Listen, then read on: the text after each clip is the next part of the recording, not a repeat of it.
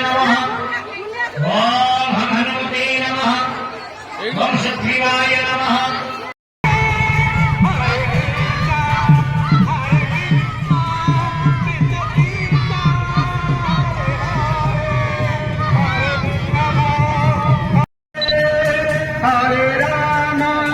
प्रसिद्ध श्रीराम नवमी उत्सव पूर्वर अनुष्ठित कलश शोभा यात्रा रे 508 महिला सामिल होइचंती। काखरे कलशी धरी जय श्रीराम नाना देउचंती। भद्रक सहर रो अधा अंचल रे एमानकर परिक्रमा आज आध्यात्मिक परिवेश सृष्टि करिछि। भद्रक श्रीराम महायज्ञ समिति पक्षरु ऐतिहासिक श्रीराम नवमी महायज्ञ उपलक्षे आज कलश शोभा यात्रा करा जाइछि। अपराह्न 4 घटिकार 5000 संख्यार महिला माने गांधी पड़िया यज्ञ स्थलरू बाहरी स्थल ग्राम होई हळंदी नदी घाटरे पहुंचीथिले। सेठारे रीतिनीति अनुजाई पूजा अर्चना परे महिला माने घट उत्तेजना करिथिले। परे शोभा यात्रा रे मंत छक नुआ बाजार होई गांधी पड़िया को फेरिथिले। यज्ञ मंडप रे रीतिनीति मुताबिक पूजा अर्चना होइतिला।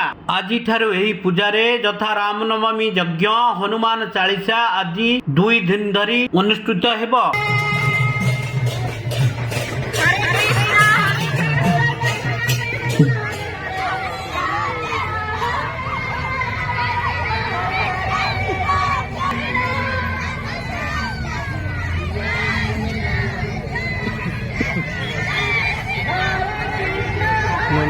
भद्रकରୁ पुनीत कुमार सामंत संपूर्ण न्यूज ओडिया। ଆମ ସମ୍ପୂର୍ଣ୍ଣ ନ୍ୟୁଜ୍ ଓଡ଼ିଆ ଚ୍ୟାନେଲକୁ ଲାଇକ୍ ସେୟାର ଏଣ୍ଡ ସବସ୍କ୍ରାଇब କରିବାକୁ ଜମାରୁ ଭୁଲିବେ